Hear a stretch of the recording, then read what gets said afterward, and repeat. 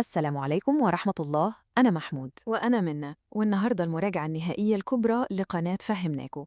استعدوا ل 15 دقيقة من الخلاصة. إجابة السؤال اللي فات يا شباب هي إن البيع الشفوي صحيح، لأن الكتابة فيه للإثبات مش للعناقاد. ودلوقتي في دقيقة واحدة هنراجع الست ملفات اللي فاتوا.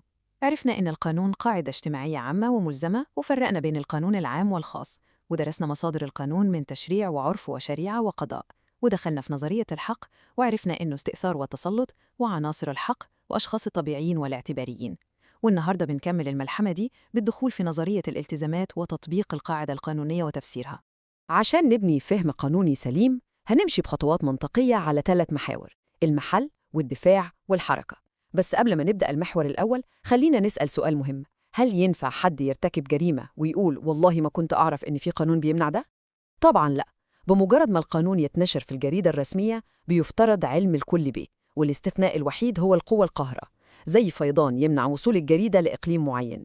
طيب القانون بيطبق فين؟ عندنا إقليمية القوانين وده الأصل، وشخصية القوانين وده استثناء في الأحوال الشخصية. وما ننساش إن السفارات الأجنبية بتعتبر أرض أجنبية. وبالنسبة للوقت عندنا عدم رجعية القوانين عشان استقرار المعاملات، إلا لو القانون الجديد أصلح للمتهم. وعشان نفهم ده كله في تفسير تشريعي وقضائي وفقهي بيساعدنا نطبق النصوص صح. المحطة الأولى بتاعتنا هي المحل. زي ما عرفنا الحق مش مجرد مصلحة، هو استئثار وتسلط يحميه القانون. والحقوق دي أنواع: في حقوق سياسية للمواطنين بس، وفي حقوق مدنية بتنقسم لحقوق عامة لازقة في الشخصية زي حق الحياة والاسم، ودي لا تتباع ولا تتورث.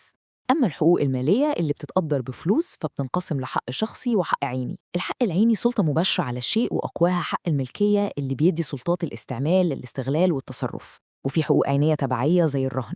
الحقوق دي بقى لازم تقع على حاجة، بتقع على أشياء، والأشياء يا إما مادية أو معنوية، وده اللي هنركز عليه دلوقتي. لو ركزنا في الأشياء المادية هنسأل نفسنا إيه اللي بيفصل بجد بين العقار والشيء المنقول قانونياً؟ ممكن حد يقول بديهي، العقار عمارة والمنقول عربية. لكن في عالم القانون التفريقة دي أعمق من كده بكتير، ومبنية على معيار مادي دقيق جداً بيترتب عليه حقوق والتزامات في منتهى الخطورة. التقسيم القانوني هنا بيعتمد على الثبات والاستقرار. العقار هو كل شيء ثابت ومستقر في مكانه ومستحيل نقله من غير ما يحصل فيه تلف، زي الأرض والمباني. على الجانب التاني المنقول هو أي شيء نقدر ننقله من مكان لمكان من غير ما نغير صورته أو نتلفه، زي العربيات والعفش. التفرقة دي مصيرية لأنها بتحدد إزاي الملكية بتتنقل وإزاي الحقوق دي بتتسجل.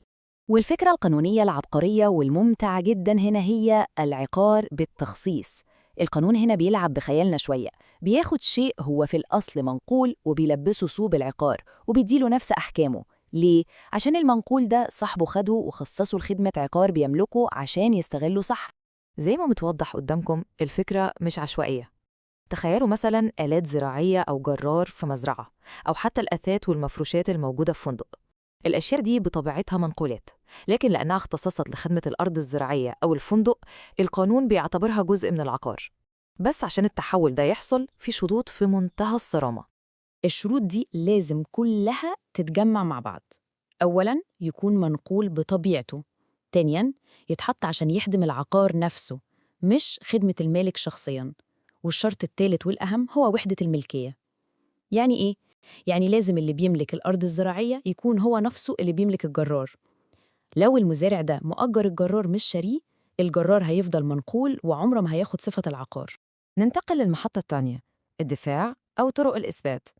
إحنا قسمنا الأشياء وعرفنا الحقوق، بس الحق اللي ملوش دليل يثبته كأنه مش موجود أصلاً.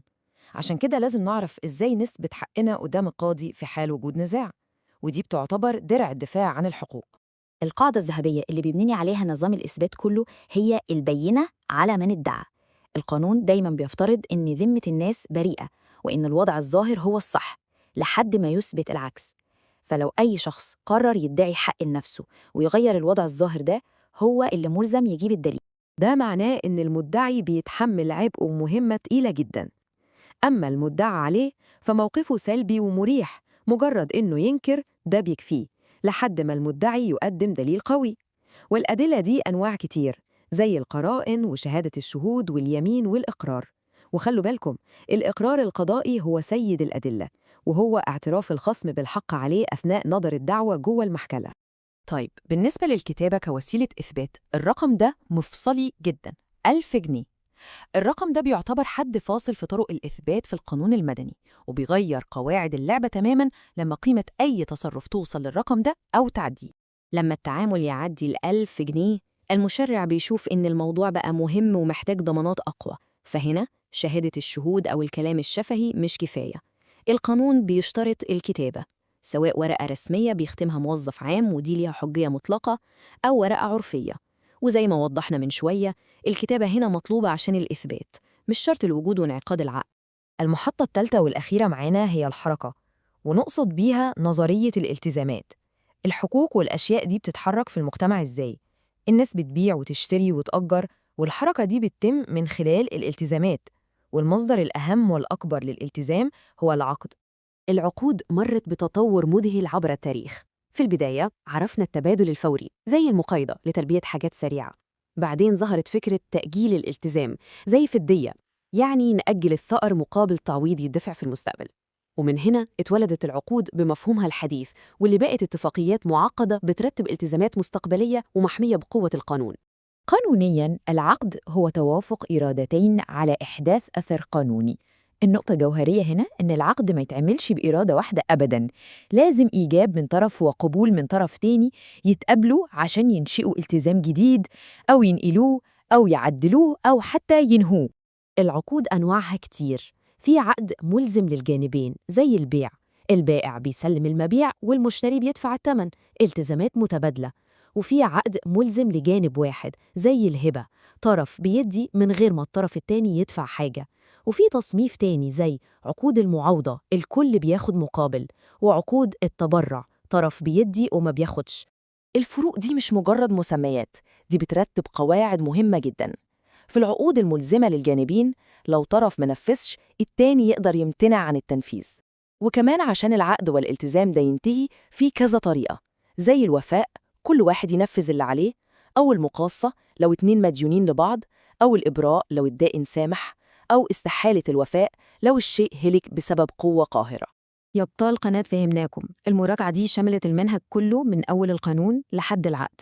اسمعوها كتير وبالتوفيق في الامتحانات. قدامكم على الشاشة سؤال عن المزارع اللي حط جرار مؤجر، هل ده عقار بالتخصيص؟ أكيد عرفتوا الإجابة بناء على شرط وحدة الملكية.